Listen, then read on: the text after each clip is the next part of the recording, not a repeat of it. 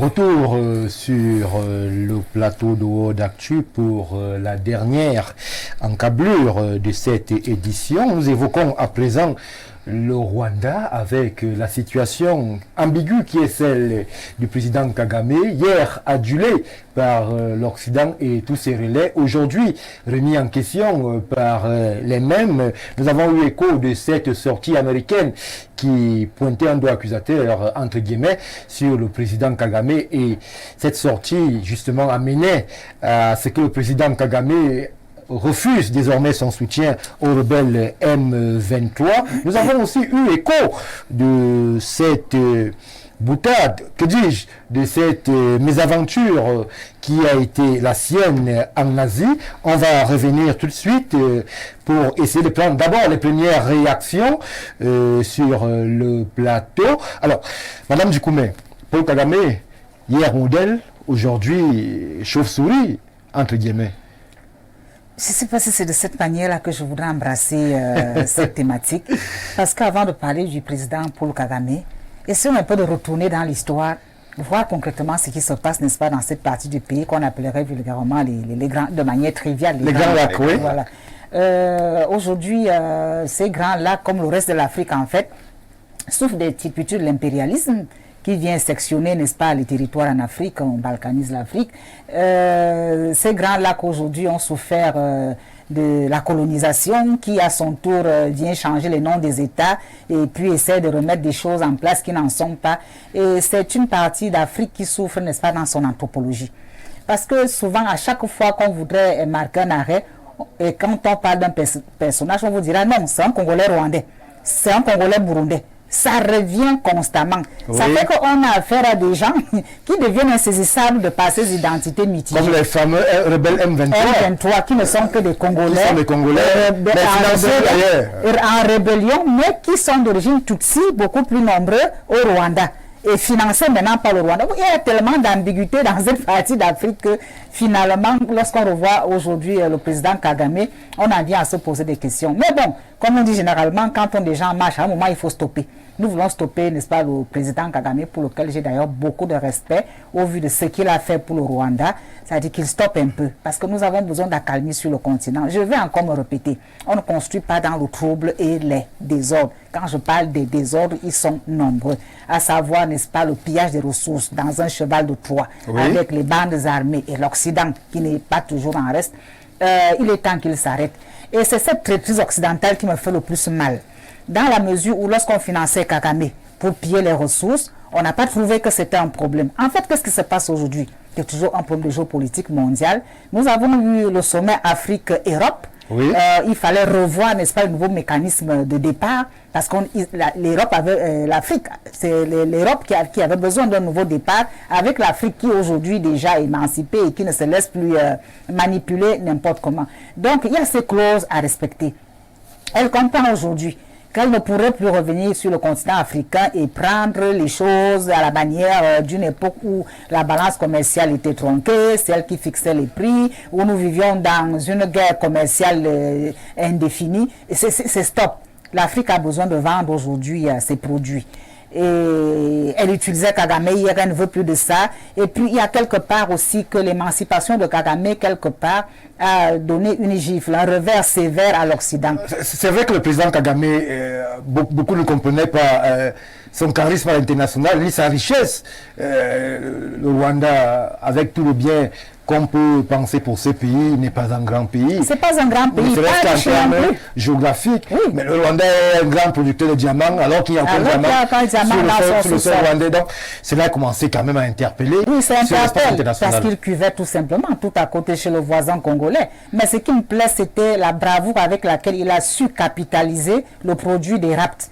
Moi, ça me plaît bien. Et vous savez, quand on revient dans les théories complotistes, l'Occident n'aime pas voir un Africain intelligent. Quelqu'un qui est à même, n'est-ce pas, d'améliorer la qualité de vie des citoyens chez lui, quelqu'un qui est à même de construire des gratte-ciels qui tutoient tout ce qu'on peut trouver à Paris, Berlin et Bruxelles, ça créait des problèmes. Et Kagame l'a fait. Quelqu'un qui, du jour au lendemain, peut dire à une ancienne mère coloniale, écoutez, je ne veux plus de vous, tout de suite, il change, n'est-ce pas, de langage, il emprunte une autre langue, il l'institue chez lui, et puis on se met à la parler. l'occidental n'aime pas ce type d'Africain. Donc Kagame, c'est quelqu'un droit dans ses bottes. C'est vrai, comme mon problème avec lui, c'est le trouble qu'il y a dans le Nord Kivu, qui empêche également la RDC de pouvoir jouir de la tranquillité. Parce que ces citoyens ont besoin d'être tranquilles chez eux. Jouir, n'est-ce pas, ça dit que d'une sérénité territoriale, la RDC a marque de cela. On ne peut pas gérer un territoire RDC où il y a toute une partie du pays qui n'est pas sous le contrôle du pouvoir central. C'est inadmissible. Il faut donc que Kagame s'arrête. Mais quelque part avant qu'il ne s'arrête, j'aimerais toujours qu'on essaye de faire l'autopsie de cette situation-là, qui aujourd'hui a développé le Rwanda, qui aujourd'hui a arrangé la qualité de vie des Rwandais, et qui aujourd'hui crée des problèmes avec l'Occident. Il faut voir de très près que quelque part c'est une affaire d'intérêt. On se dit il vaut mieux gérer la situation avec celui qui a son diamant au lieu de miser tout sur le cheval de toi envoyer quelqu'un autre. C'est une gymnastique qui devenait de plus en plus complexe. Et par ailleurs, quand on regarde aussi l'Orient en tant que premier pays, je prends la Chine, d'exploitation de diamants à travers la Gécomine à Kolwezi, ne peut que s'aligner du côté congolais parce qu'il a ses intérêts. Donc maintenant, c'est une guerre d'intérêts. Si on est seul Kagame, c'est parce qu'on estime qu'il vaut maintenant mieux discuter, mieux avoir des accords avec le véritable propriétaire des produits miniers de la biodiversité que de soutenir Kagame qui en a un peu trop fait en rendant, n'est-ce pas, un luxe insolent au Rwanda qui aujourd'hui devient intenable quand nous connaissons aussi les antécédents avec la France. Depuis Somba, on voit le président Kagame ignoré par le roi d'Arabie Saoudite, quasiment en pleine séquence protocolaire.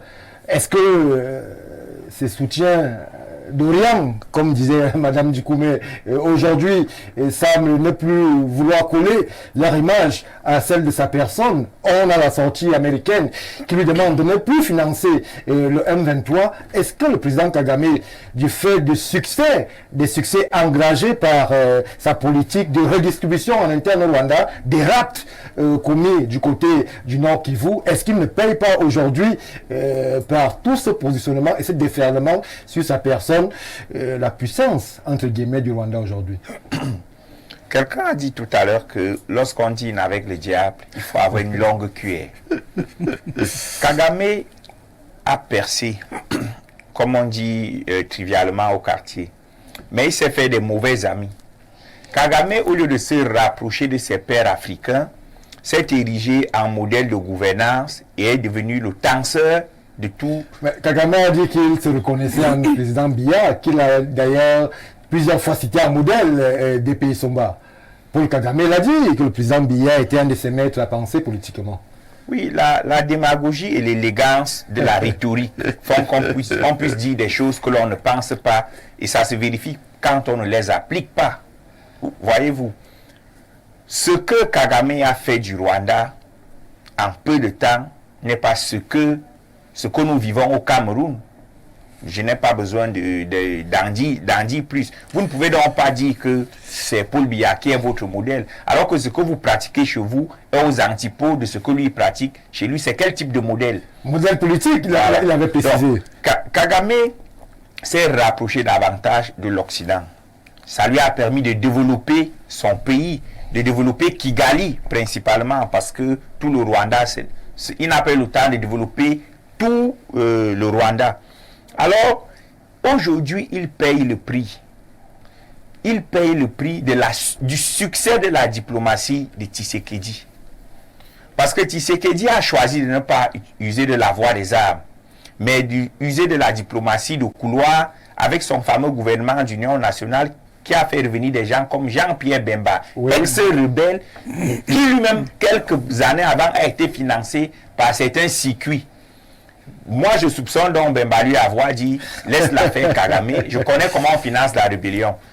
N'allons pas à l'attaque frontale armée avec Kagame, mais usons de la diplomatie. Il va se retrouver seul et nous allons récupérer nos diamants. » Maintenant, Kagame aussi paye ses débordements langagiers et sa méthode cavalière de dire non à l'Occident. Voyez-vous, des pays tels que la France et autres ne supportent pas l'irrévérence. Elles peuvent vous la tolérer pendant un moment, mais elles ne l'oublient pas. Et à un moment donné, tout ceci vous rattrape et vous êtes dos au mur. Parce que Kagame est en train d'aller vers le déclin. Oui. C'est le déclin de Kagame qui est déjà prononcé. Kagame aurait pu faire tout ce qu'il faisait, mais sans l'ouvrir. Trop l'ouvrir, à jouer des modèles alors que vous êtes un ancien rebelle. C'était quand même osé de sa part. Je peux juste dire à son... Moi, je n'ai rien à louer, absolument rien à louer chez Kagame.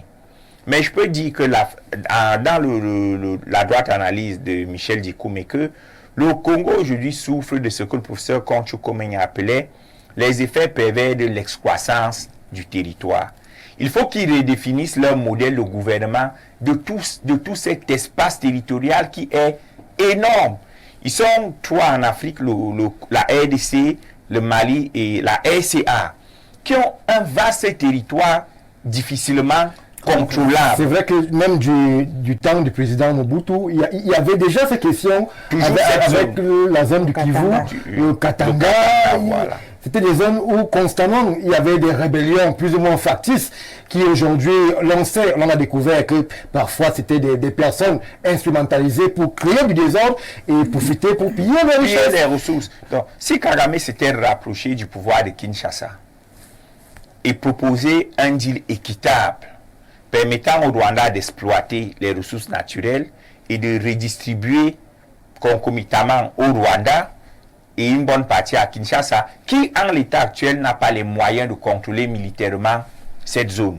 Nous n'en serions pas arrivés là. Et Tshisekedi lui a tendu la main subtilement à plusieurs reprises, en disant c'est quand même notre territoire, viens qu'on s'asseye et qu'on trouve ensemble le moyen de faire que, on va parler comme au quartier, de faire que chacun mange. Oui. Mais pas chacun en termes d'individus, mais en termes de bien-être des populations. Mais Kagame, fort de ses soutiens internationaux, a refusé cette option et il a continué d'afficher du mépris vis-à-vis de Tshisekedi, qui aujourd'hui, bien que n'ayant pas pour modèle politique Paul Biya ne l'a pas déclaré, est en train de donner une leçon de diplomatie à Kagame. Comme pour dire que aujourd'hui, tout Africain, dont la racine de la politique ou de la gouvernance est le bien-être des populations africaines, s'en sortira. Tout Africain dont la racine de la gouvernance est l'orgueil, le mépris vis-à-vis des populations et le mépris vis-à-vis de l'Occident. Aucun État africain n'est une monade.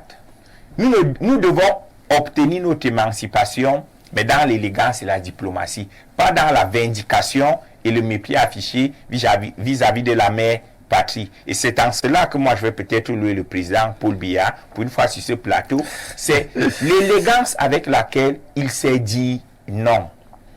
Parce que l'Afrique n'a pas besoin de leaders cavaliers, comme les Ousmane Sonko dont on parlait tout à l'heure. Nous avons besoin de leaders nationalistes, mais des leaders capables de comprendre que ce n'est pas en affichant un mépris ostentatoire vis-à-vis des grandes puissances que l'on va réussir. Mais c'est plutôt en adoptant des politiques nationales saines, en promouvant la bonne gouvernance à l'international, en soignant nos relations diplomatiques que nous allons réussir à développer l'Afrique. L'Occident a encore le nucléaire, l'Occident a encore fort. Aller au front avec l'Occident, c'est proclamer notre mort. Et Kagame l'a fait. Aujourd'hui, qui se fait à Harakiri, il faut juste qu'il l'assume. Mais moi, avec ce qui se passe, je vais sortir par là. Je ne donne plus 5 ans à Kagame à la tête du Rwanda. Merci DP et Sumba. Alors, on va prendre des réactions. 243, on saura de quel pays il s'agit. Le rejet du président Kagame aujourd'hui par ses soutiens n'est pas une chose que le peuple africain doit prendre à la légère. C'est la preuve que l'Afrique subit encore les interventions colonialistes. C'est d'ailleurs un appel pour l'Afrique à une prise de conscience sur le panafricanisme. Je crois que les chefs d'État africains doivent apprendre à se concentrer sur leur propre méthode afin de résoudre leurs difficultés, tout en réclamant à leur fierté, leur chef, leur fierté africaine. Théophile a réagi à ce qui... C'est au Congo. Merci, Monsieur Mbara. Bonsoir et un bonsoir spécial à Madame Dikoumé qui parlait des Rwandais, Congolais ou alors des Congolais Rwandais. C'est vrai que la contribution nous vient du Gabon. Et voilà pourquoi le président Paul Biya est une vraie référence et une vraie résistance vis-à-vis des pensées machiavéliques. Ce sont les mêmes méthodes de viol que les Occidentaux ont voulu imposer dans les frontières du Tchad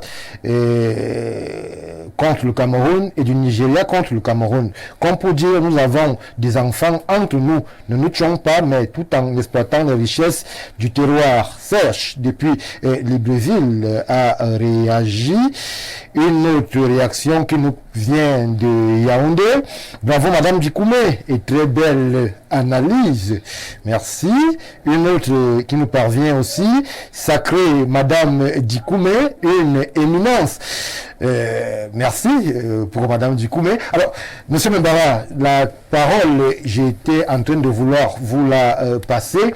Alors, le DP nous dit que sur le plan géostratégique, la victoire est celle du président Tshisekedi qui a fait passer le message de ces génocides au Kivu en utilisant même le sport. On a vu à la CAN récemment comment des supporters congolais avaient brandi les fameuses pancartes qui justement ont été ignorées par la CAF, et ce qui a amené le courroux de la RDC qui est sorti des instances de la CAF. Victoire diplomatique en utilisant le sport. Effectivement, si vous vous souvenez, il y a de cela quelques temps sur ce même plateau, je disais que le président Tshisekedi allait remporter les élections eu égard de sa politique vis-à-vis du Rwanda, puisque les Congolais de manière unanime aujourd'hui comprennent un seul ennemi qui n'est qu'autre que le Rwanda. Voyez-vous, et aujourd'hui, ils se sont rendus compte que même à travers des instruments tels que le sport, ils peuvent passer un message. Et ils ont usé de cette canne. Et si vous vous souvenez, lorsqu'il y a eu dernièrement des exactions au Nord Kivu toujours, lors des matchs du Congo, vous avez vu les gestes que les joueurs posaient. C'était des gestes de contestation, de protestation. Et voyez-vous, et la sortie également, c'est une manière de tendre également la main à la CAF pour dire que non, c'est vrai, le sport est un facteur d'union, mais à travers le sport également, on peut résoudre des crises géopolitiques. On peut également prendre position. Et vous voyez, c'est aussi une manière de dire à la CAF, voyez-vous ce qui se passe de l'autre côté. Nous avons la FIFA qui est l'élection, mais qui a réussi à écarter, par exemple, de ces compétitions, la Russie.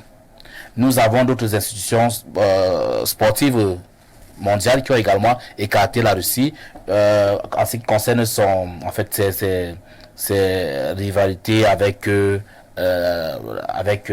l'Ukraine. Oui. Oui, la Russie a été écartée de plein d'associations sportives. Et c'est une manière également de dire, comme je le disais tantôt, à la CAF de prendre ses responsabilités, de se prononcer également, voyez-vous. Donc, quand il le fait, c'est une manière pour lui de mettre la pression. De mettre la pression à la CAF, comme je le disais tantôt. Et pour moi, je ne peux que saluer cette initiative-là. Merci, Monsieur Mbara. Salut la team Info TV, débat riche avec la pertinence dans ses analyses de Monsieur Essomba. Kagame devrait s'allier à une réelle politique panafricaine. On le voit, et on le voit tous qu'il est lâché par ses alliés occidentaux. Il ferait mieux d'ouvrir un dialogue avec la RDC au lieu de montrer, d'afficher du mépris. Merci à vous, Monsieur Ekani. Docteur Julien Guéné, nous allons sortir par vous. La RDC, un pays riche, Kagame, un potentiel ou un supposé riche qui aujourd'hui peut-être sera rattrapé par ces nombreux compromis. On va pas parler de compromission. Oui, justement, vous savez, aujourd'hui, l'intrigue, hein, c'est peut-être ce que nous ignorons, c'est que quand vous regardez près de 50 minéraux qui appartiennent à la RDC, tous sont logés vers l'est de la RDC, notamment dans les 4 régions que nous connaissons, le Bukavu, l'Ituri, le nord et le sud du Kivu. Et vous voyez, il y a des enjeux liés à ce qu'on appelle la division internationale du travail. Parce qu'il faut bien comprendre ce qui se passe là-bas. Tant que nous n'avons pas les matières premières et les minéraux de ce sous-sol-là, nous ne pouvons pas produire les batteries qui sont issues, par exemple, du cobalt, qui représente à peu près 20% de la richesse mondiale du cobalt, c'est en RDC. Nous ne pouvons pas produire les véhicules électriques. Voilà l'autre enjeu. Tant que nous n'avons pas le lithium, nous n'avons pas le manganèse, nous ne pouvons pas produire les téléphones, les smartphones, Apple et autres. Tant que nous n'avons pas le diamant, tant que nous n'avons pas l'or, nous ne pouvons pas produire tel ou tel autre produit fini et autres. Parce qu'en réalité, le monde aujourd'hui, c'est que les composants ont besoin de se déplacer à partir des matières premières et ça se balade un peu partout dans le monde pour passer à des usines d'ensemble. Donc, tout le débat mondial aujourd'hui, c'est-à-dire quand vous prenez 10%, n'est-ce pas, des minéraux qui sont utilisés dans la fabrication des véhicules, des téléphones et autres, viennent de ces 4 régions. Donc, il y a un enjeu très colossal au niveau de la RDC qui peut devenir un pays émergent d'ici 20 ans. Si ce pays n'est pas autant déstabilisé, je rappelle que c'est le 4e pays le plus vaste en Afrique. Merci, docteur Julien Onguéné. Nous allons retenir votre prédiction. La RDC peut devenir un pays émergent, pourquoi même pas réellement développé d'ici 20 ans si la gouvernance de ce côté essaye de changer. C'est par cette prédiction que nous sortons, mesdames, messieurs. Merci d'avoir réagi à ce qui était dit sur ce plateau. Merci à vous, chère madame Dikoumé, véritable chouchou de nos téléspectateurs, d'avoir été présent. Merci, docteur Julien Onguéné. Votre dernière contribution intellectuelle est attendue. DP Somba, vous êtes chez vous. World Actu, c'est votre dada. Bertrand Mbara, merci d'avoir répondu une fois de plus présent.